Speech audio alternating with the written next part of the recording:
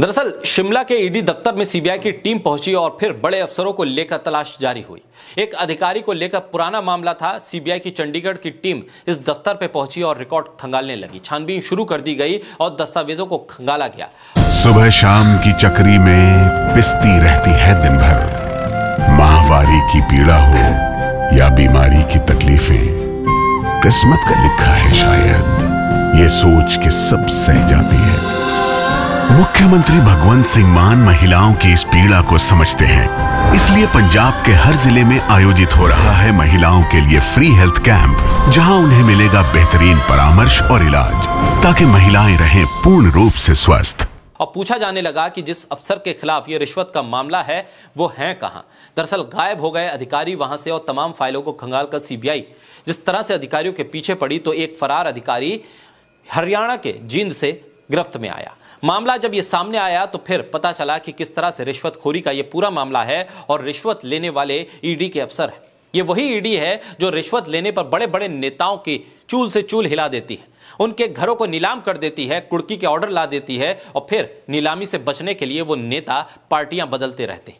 ये वही ईडी है जो कभी मध्य प्रदेश में खबर में आती है तो कभी महाराष्ट्र के चुनाव में और महाराष्ट्र की सरकार को बनाने या गिराने में उसका नाम इस्तेमाल होता है।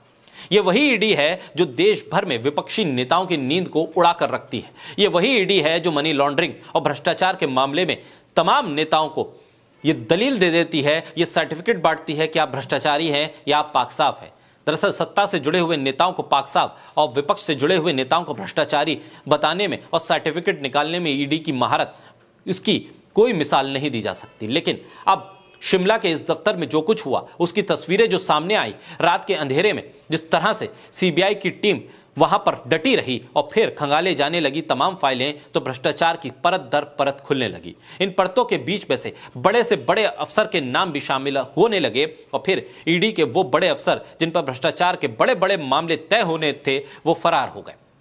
फरार होने वाले अधिकारियों की तलाश में लगातार समन जारी होने लगे और अदालतों की चार दीवारी के भीतर से सीबीआई की टीम वो नोटिस लाने लगी जिसके जरिए उन अधिकारियों पर गिरफ्त बनाई जा सके, उनको गिरफ्तार किया जा सके और पूछताछ की जा सके। शिमला का ये मामला इस बात को बहुत अच्छे तरीके से देश के सामने लेकर आया कि अधिकारी या अफसर किसी एजेंसी के अगर हैं तो अगर उन्हें निरंकुश छोड़ दिया जाएगा, उनको भ्रष्टाचार के नाम पर किसी को भी दबाने, किसी को भी हड़काने या किसी को भी डराने के लिए इस्तेमाल किया जाएगा, तो ये अधिकारी खुद में एक बहुत बड़े भ्रष्टाचार की नींव रखना शुरू कर देंगे। और यही हुआ है हिमाचल में और शिमला के ईडी दफ्तर में जो भ्रष्टाचार की परतें खुली हैं, जो फाइलें सामने आई हैं, वो ये बता रही हैं कि सीबीआई से लेकर ईडी तक सब भ्रष्टाचार के इस नदी में डुबकी लगा रहे हैं। लेकिन सवाल यह है सीबीआई और ईडी के नाम पर विपक्ष को डराने वाली सरकारें कब अपने इन अधिकारियों पर लगाम लगाएंगी और फिर सीबीआई और ईडी के अफसर किसकी शय पर इतने निरंकुश हुए